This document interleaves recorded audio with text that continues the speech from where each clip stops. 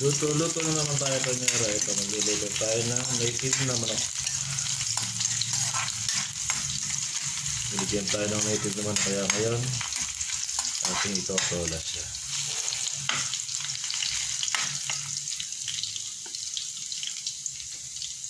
Oops, natapon pa, sayang. Sayang ang luya. Kamahal pang ng luya ngayon.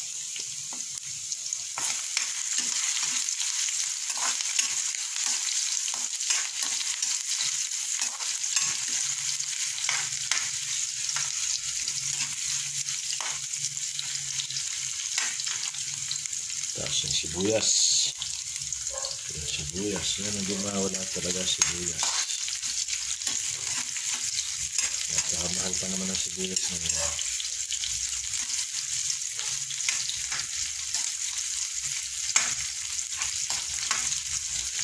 Lagyan natin ang patis.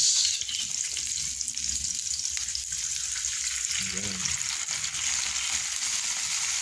Sarap tinola, gigisahin sa patis.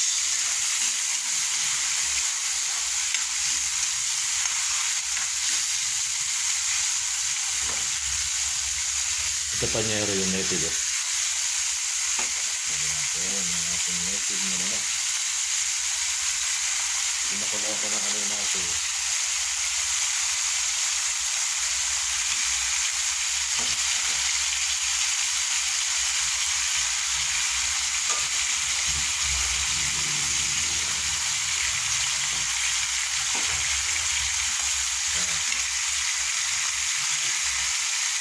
Sangkutin muna natin yung bago natin ilagay yung iba. Takpan muna natin panyero. Lagyan natin panyero yung papaya.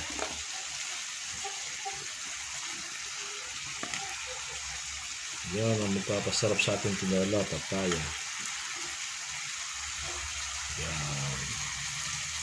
Tapos meron tayong lalaki yung sili, 3 sili. Ayan. Lalaki. Saka natin. Ayan. Takpan ulit. Sabuhan natin panyero yung pinagpakuloan natin kanina. Ayan. Para mas lumasa sa ayun.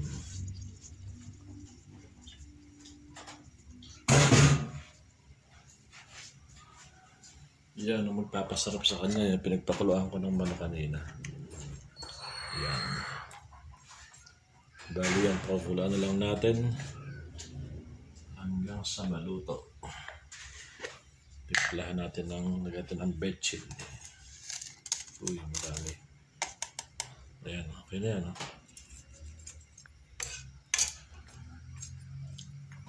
Sarap na.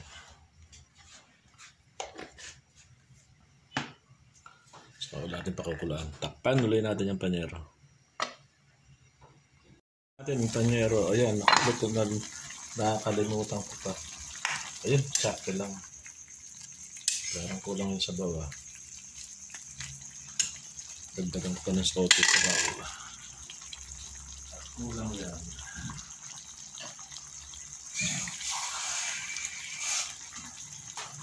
Masyado siyang malinamnam pagka ganyan lang sa baba. Ayun, oh.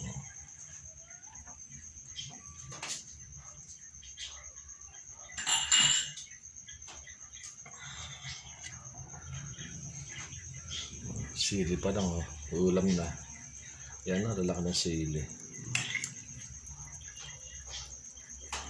Tikman natin.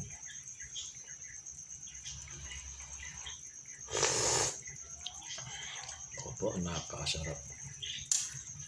Lasang-lasa panyero yung papaya, oh. Yan. Yan na natin kumulo.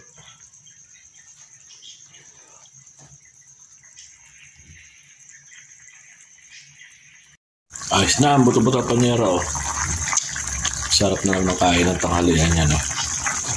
Kakain ka naman ni Madam. Ayan, oh. Tinolang native na manok.